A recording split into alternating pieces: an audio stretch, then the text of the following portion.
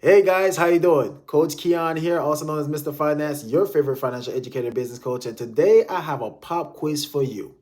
And this is coming straight from my business partner to you.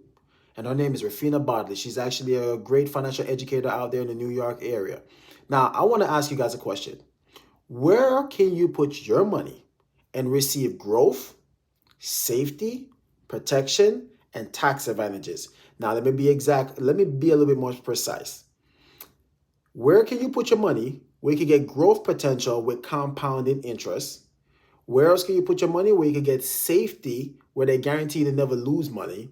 Where can you put your money where it provide protection not only for your money, where they can't lawsuit it and garnish it, and it provides living benefits for you where you're protected against chronic, critical, or terminal illnesses? And where else can you put your money where you receive tax advantages?